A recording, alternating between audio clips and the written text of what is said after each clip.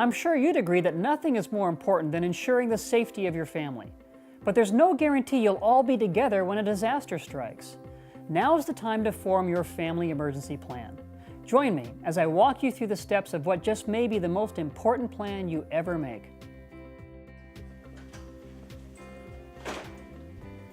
Prepare your home for any likely disaster that may strike in your area. Make sure you have working fire extinguishers and smoke detectors in your place. Installing battery-operated pop lights onto the walls of your rooms will ensure you have adequate light in an emergency exit if the power goes out. For upstairs bedrooms, consider installing a fire ladder for emergency escape. Know the quickest exit routes out of your home or apartment building. Bolt down and secure heavy pieces of freestanding furniture and potential hazards such as large mirrors and pictures. Your kids should know room by room how to take shelter and protect themselves from falling debris. Show them where you keep the flashlights, batteries, water, first aid kit, and so on. And they should know where to go in case they are separated from you in an emergency. Designate a nearby location, a neighbor or family member's home, as a meeting place in the event you cannot return to your own home. Warn your children that it may take several hours or even days to reconnect in an emergency, but that you love them and you'll do everything possible to reunite as soon as possible. Take time to conduct trial runs, simulating various emergencies, including fires, earthquakes, floods, and tornadoes.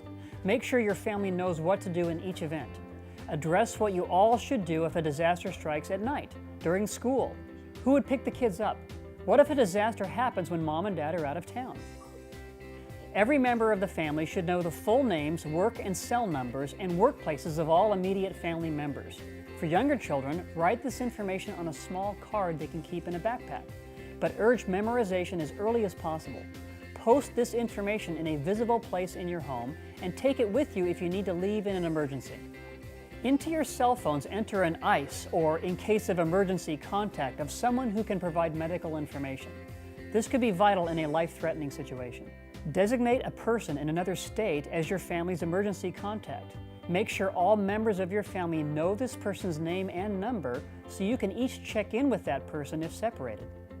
Where possible, purchase battery-operated two-way family radios and learn how to communicate with your neighbors. In an emergency, you will want to work together as a community to make sure everyone's needs are met. Find out what emergency plans your children's schools and daycare facilities have made for dealing with disasters and tell your children about those plans. And finally, practice. Knowledge is power, and the more your family knows how to act in an emergency, the more control they will feel over the situation.